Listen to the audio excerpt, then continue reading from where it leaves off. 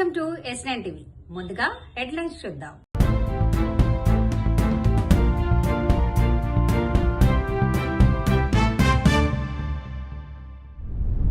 మహబూబాబాద్ గురుకుల కళాశాలలో మరో విద్యార్థి ఆత్మహత్య. సత్యనారాయణ గారిపై దాడి మనిషి ఉనికిపైనే దాడిగా భావిస్తున్నాం. ఒలివ్ హాస్పిటల్లో ఆధునిక క్యాథ్లాబ్ ను ప్రారంభం. ప్రజలు మళ్లీ కేసీఆర్ నాయకత్వాన్ని కోరుకుంటున్నారు. మరి అక్కడ రాఘవాపురం అనేటువంటి గ్రామంలో 70 ఎకరాల తన సొంత ల్యాండ్లో అడవిని పెంచి ఈరోజు కోట్లాది పక్షులు, పశువులు మరియు అదేవిధంగా జంతువులు అందులో ఈరోజు జీవిస్తూ ఉన్నాయి.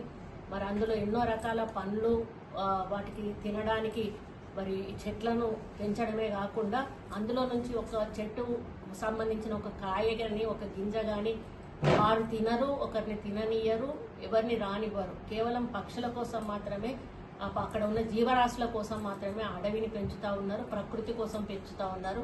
మరి అటువంటి వ్యక్తి 70 ఎకరాలు ఈరోజు పెంచగలిగాడు అంటే అది ఒక మహాయుద్ధం అన్నట్టు. అది ఆయన 3 ఏళ్ల నుంచి కూడా ఇప్పటి వరకు దానినే ప్రపంచంగా బతుకుతున్నాడు.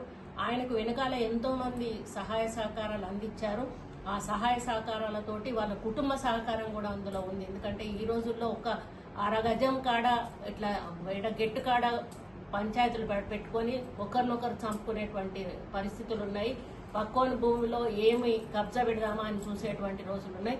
అటువంటిది ఒక కుటుంబం మొత్తంగా ఒకటిగా ఉండి 70 ఎకరాల స్థలాన్ని ఈరోజు మరి వారు పెద్ద అడవిగా నిర్మించడం అనేది మామూలు విషయం కాదు. మానవ నిర్మిత ఫారెస్ట్ ఇది. మరి ఆయనకు ఎంత ప్రేమ ఉందో ఆయన మాటలలోనే తెలుస్తుంది మనకు.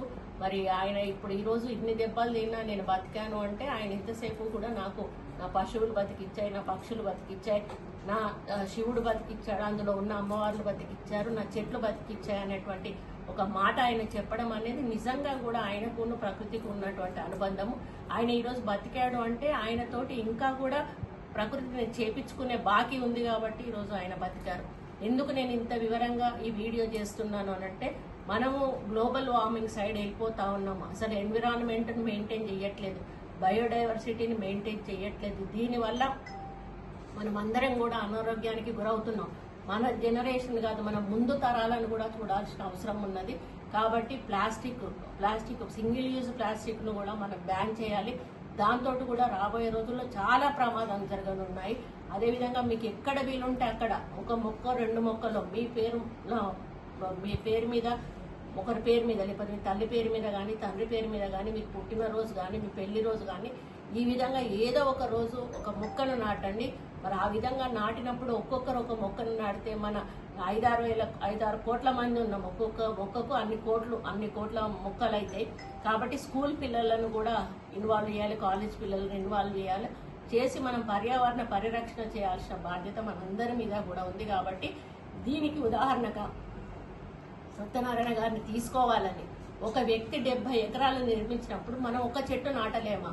ఆ ఒక్క చెట్టే మనల్ని రక్షిస్తుంది. కాబట్టి మీరు దయచేసి మొక్కలను నాటండి, అడవులను నరకకండి, చెట్లను నరకకండి, పచ్చదనాన్ని పెంపొందించండి. మరి గాలి, వాతావరణం సమతుల్యంగా ఉన్నప్పుడే మన ఆరోగ్యం కూడా బాగుంటుంది. భవిష్యత్తులో మన పిల్లల ఆరోగ్యాలు కూడా బాగుంటాయి.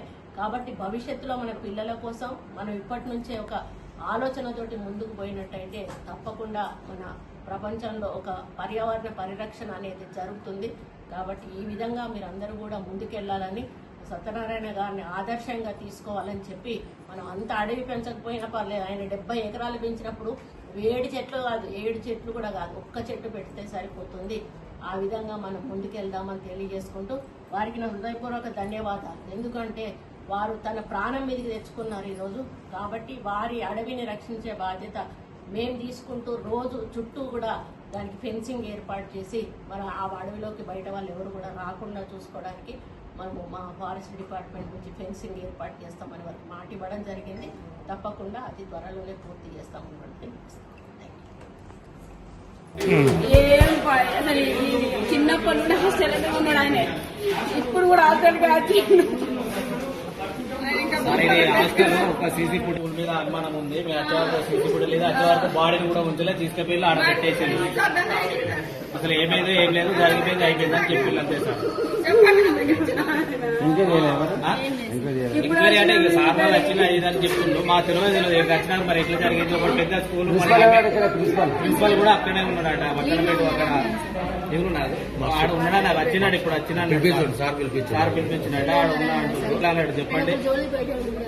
అసలు మనకు నమ్మి పంపినాం, మరి మనకు ఏంటి సొల్యూషన్? ఆయనంతా ఆయన చనిపోయినామంటే కానీ అసలు సొల్యూషన్ ఏంటి తెలియాలి కదా సార్.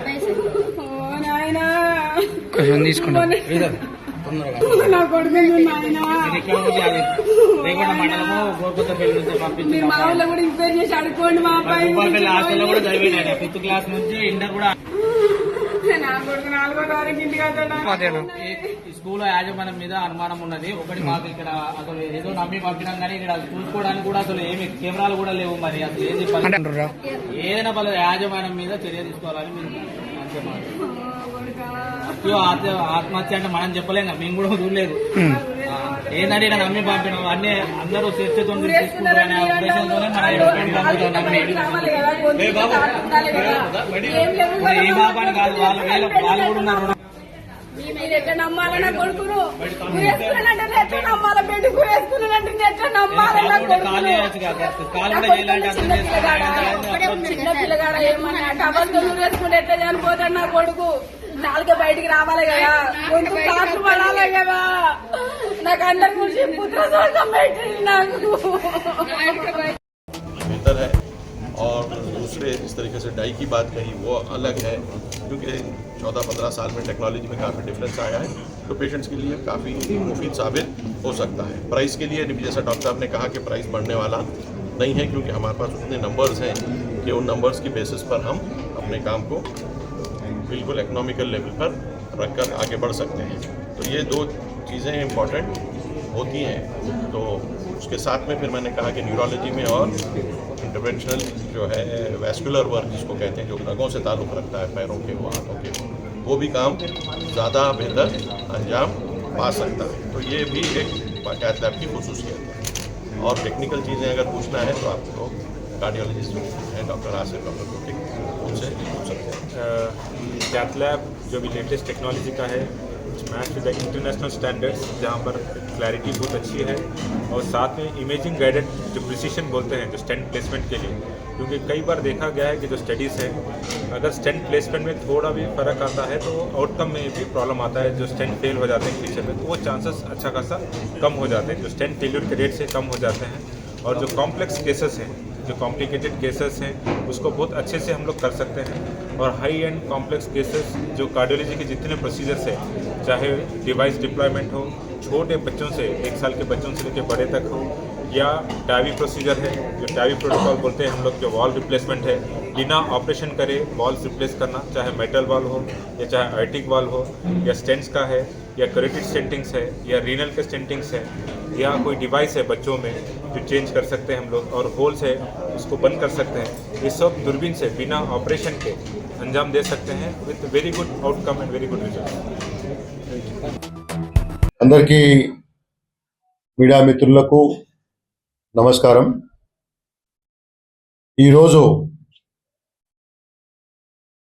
భారత రాష్ట్ర సమితి ఆవిర్భావ దినోత్సవం నాడు జూబ్లీహిల్స్ నియోజకవర్గంలో సహచర నాయకులు శ్రీ కమటం నరసింహారెడ్డి గారు, సోని గారు, అనేక మంది నాయకులు సోదరులు రాకేష్ గారు, లక్ష్మయ్య గారు, గురుమూర్తి గారు, మల్లేష్ గారు, ఫ్రాంక్లిన్ గారు, సురేందర్ గారు, అదేవిధంగా కృష్ణ గారు, శ్రీధర్ గారు, పేరు పేరున అందరికీ, విజయ్ గారు, గని గారు, శ్రీనివాస్ గారు. ఇంతటితో వార్తలు సమాప్తం. మరిన్ని అప్డేట్స్ కోసం చూస్తూనే ఉండండి S9 TV న్యూస్.